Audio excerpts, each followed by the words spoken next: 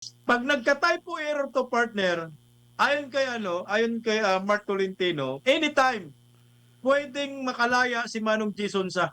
Kailangan i-release nila. Kasi pag hindi nila i-release yan, makakasuhan sila ng illegal detention. Serious Kaya illegal dahil may detention, partner. serious illegal detention. Talagang ako, saludo ako sa mamang ito, si Kuya Jason. Talagang napakahusay po nito. At siya, pag-usapan po natin mga kabayan, itong sa veteranong journalist at itong si Kuya Jason sa. Okay. Veteranong broadcaster na si Jason sa, arestado ng National Bureau of Investigation o NBI dahil sa cyber libel. Inaresto ng National Bureau of Investigation, NBI, ang dating broadcaster na si Jason sa Quezon City kaugnay ng kasong cyber libel. Ayon sa NBI Director Melvin Matibag, naglabas ng warrant of arrest ang Pasig City Regional Trial Court matapos umanong magpakalat ng peking medical records ni Pangulong Ferdinand Marcos Jr. Isinailalim na sa kustodiya ng NBI si Sonsa matapos ang kanyang pagka-aresto noong Huwebes ng gabi. Sinabi naman ng kanyang abogado na si Mark Tolentino na babantayan nila ang proseso upang matiyak na igagalang ang karapatan ng dating broadcaster bilang senior citizen. Una na nagsampa ng cyber libel complaint ang NBI noong Pebrero laban kay Sonsa at sa vlogger na si Jeffrey K. Eric Celis at sa umano'y nagpapakalat ng mga maling impormasyon tungkol sa kalusugan ng Pangulo, partner. Partner, ano masasabi mo dito? Ito na nga. Alam mo partner, medyo nalilito lang ako dito sa gobyernong ito. Ewan ko ba kung talagang may pinag-aralan sila, alam nilang batas, o talagang bend the law. Alam niyo po partner, inaresto si Manong Jason sa hindi dahil sa cyber libel na kaso. Oo. Pero may kaso siyang cyber libel. Oo. Ang nangyayaring pag-aresto kay Manong Jason sa hindi dahil sa kasong cyber libel. Dahil yung kasong cyber libel, hindi pa po naglabas ng warrant ang korte. Ang dala-dala nilang warrant of arrest na kaso umano ni Manong Jason sa ay unlawful publication. Yung illegal na pagpapublish tungkol di umano dito sa medical records ni Pangulong Bongbong Marcos. Mhm. At ang nakalagay pa nga doon ay non-billable. Mhm. Dito pa lang supply yung warrant of arrest nila eh. Sabi nga ni Attorney Mark Tolentino, dapat walang warrant na inilalabas sa kasong unlawful publication. Mhm. Kasi mahinang kaso po ito. Siguro sabi, pagkakulong 6 months lang, ang bill di siguro dito, mababa lang. Pero ang nakalagay doon, non-billable. So ibig sabihin, pwede kang makulong ng habang buhay sa kasong unlawful publication. Kaya nagkagulantang, sabi nga ni Manong Jason sa video, nagulat kami kasi kami handa na kami sa cyber libel eh. Pero itong kinaso sa akin, unlawful publication, nakalagay doon sa warrant of arrest, hindi pa billable. So ito ay muro-muro na naman, gumawa na naman ng bindalo na naman ang gobyernong Marcos, pati si Matibag pa rin. Sinabi pa rin ni Matibag na non-billable pala, non-billable daw yung unlawful publication. Pag ni-research mo, billable siya partner.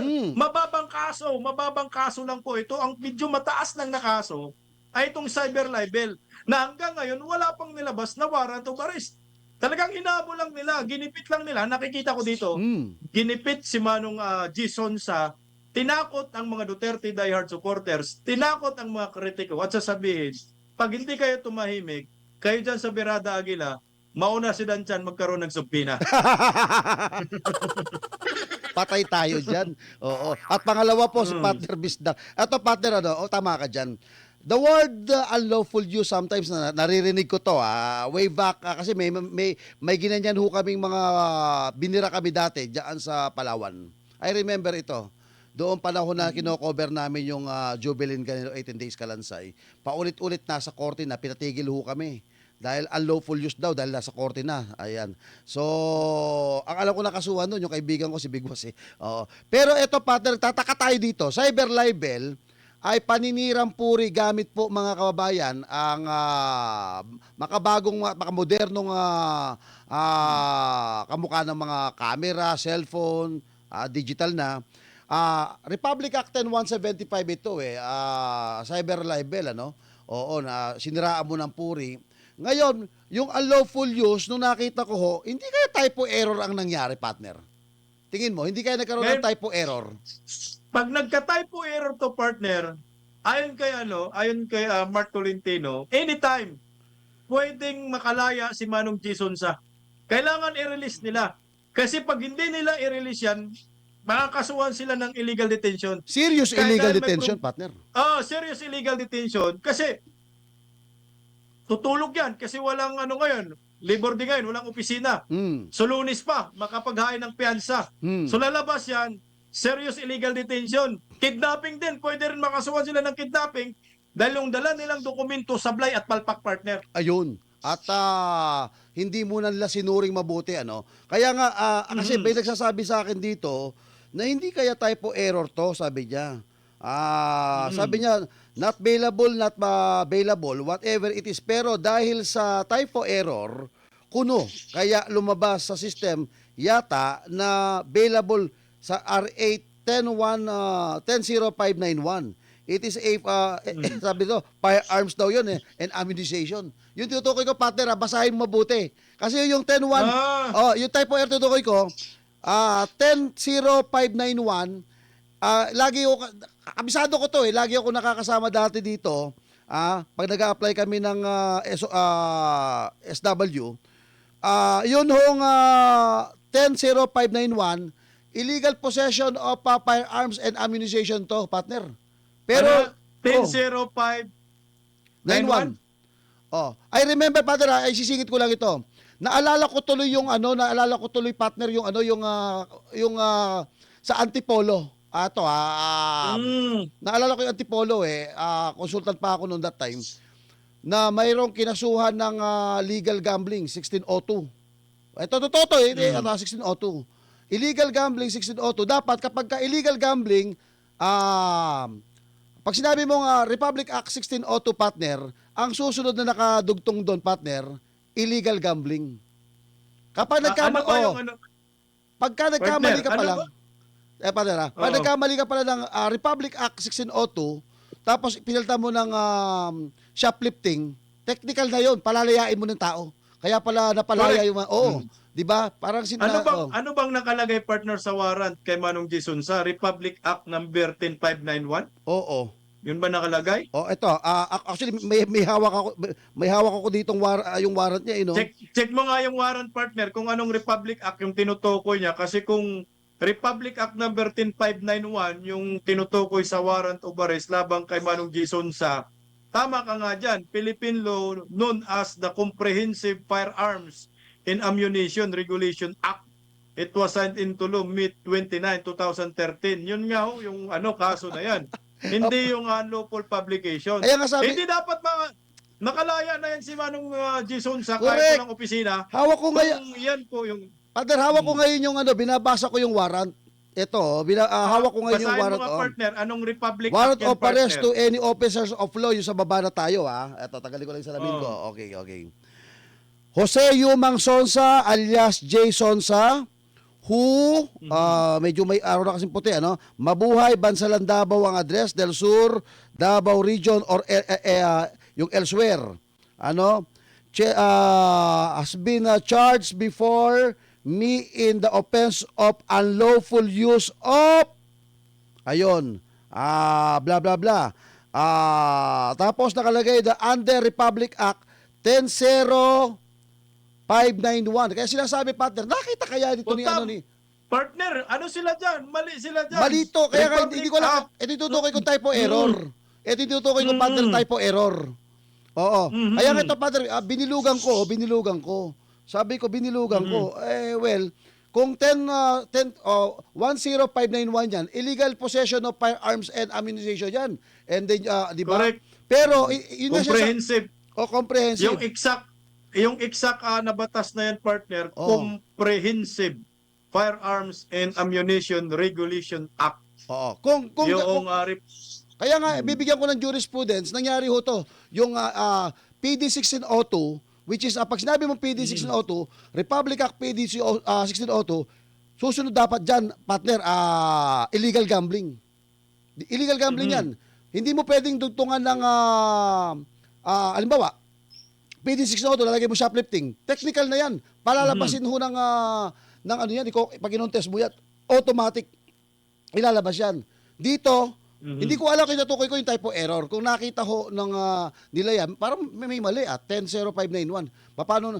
Kaya nga, 100591, meron nga partner, nakita ko rin. Nakita mo rin? Comprehensive firearms. Oh. Baka tinamnan to ng partner, tinamnan to ng mga armas. Ay, hindi In pa, relation to hindi pa rin section partner, hindi pa. RA. Partner, hindi pa rin siya papasok doon sa ano. Hindi pa rin siya papasok doon sa 100591. You know what? The reason, dapat yan, in-applyan nila ng search warrant. Nagagamit lang yan, 100591 yan, sa application ng search warrant, partner. Isa-search yung yung kapaligiran mo. Tapos makakita sila ng baril doon. Doon ka nakakasuhan. Or either, yung kalawit, na checkpoint ka, nakitaan ka ng baril, walang lisensya, pwede kang kasuhan ng Republic Act 100591.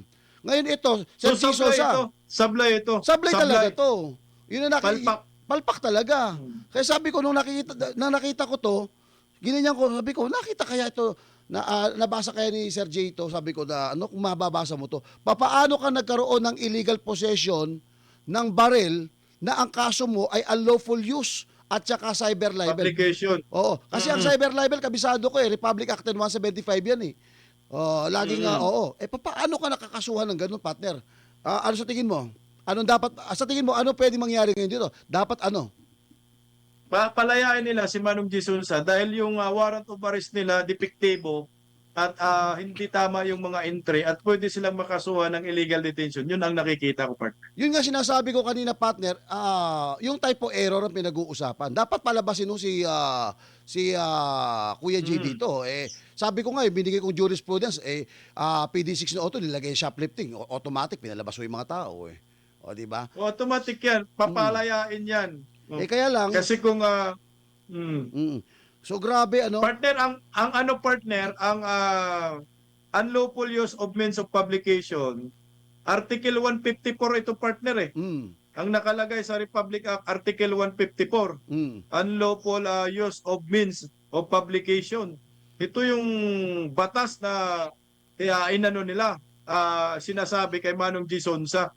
Alam mo, ang nakalagay nga dito lang multa.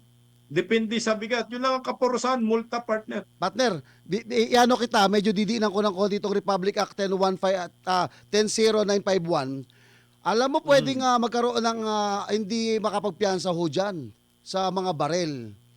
Kung baril lang ho na nakuhanan ka na walang lisensya, available yan.